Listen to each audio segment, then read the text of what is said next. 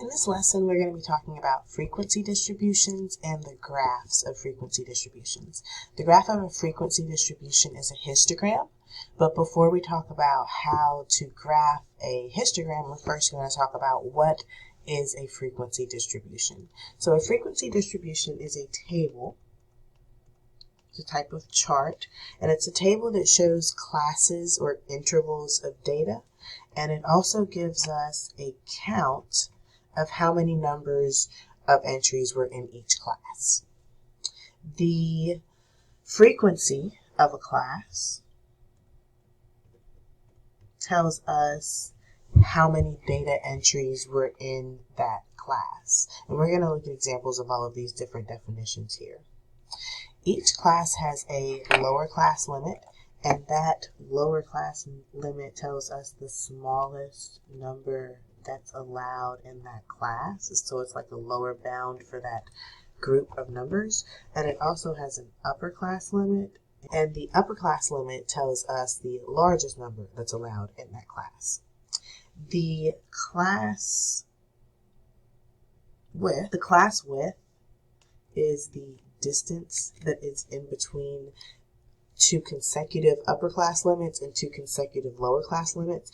I'll double back to that definition because I want to talk about what the class width is not.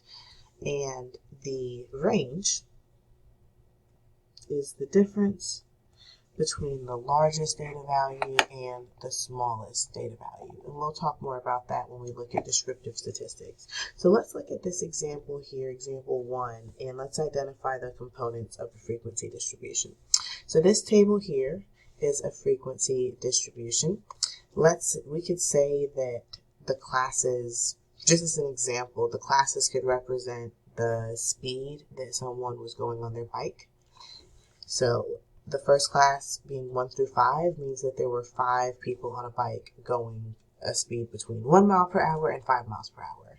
There were 6 people riding bikes that were going between 11 miles per hour and 15 miles per hour. So what this table is doing is it's breaking the speeds or whatever data it is you've collected into groups, and then it's counting how many fall into each one of those groups. So let's look at the different components of this. Those groups are called classes. This frequency distribution has 1, 2, 3, 4, 5, 6 classes because there's 6 groups in there. For example, the frequency of the third class, here's the third class, it has a frequency of 6. The lower class limits are going to be all of the lower bounds for these classes. So all of those numbers that are boxed in green, that first number, so listing those are 1, 6, 11, 16, 21, and 26.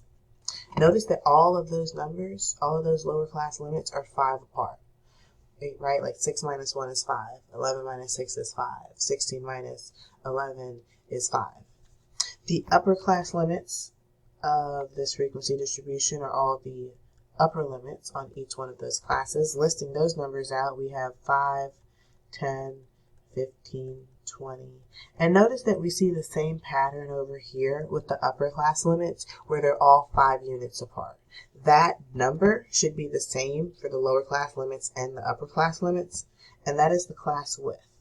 So a lot of times when people are looking for the class width, they'll look at a frequency distribution and they'll look at this class and they'll say, oh, 5 minus 1 to get 4. That is not the class width. The class width is the difference between consecutive upper class limits, subtract those, or consecutive lower class limits, subtract those. Okay, so that is 5. So those are the components of a frequency distribution, and the next thing we'll talk about is, instead of starting with the frequency distribution, how do we build a frequency distribution if we just had the data to start off with?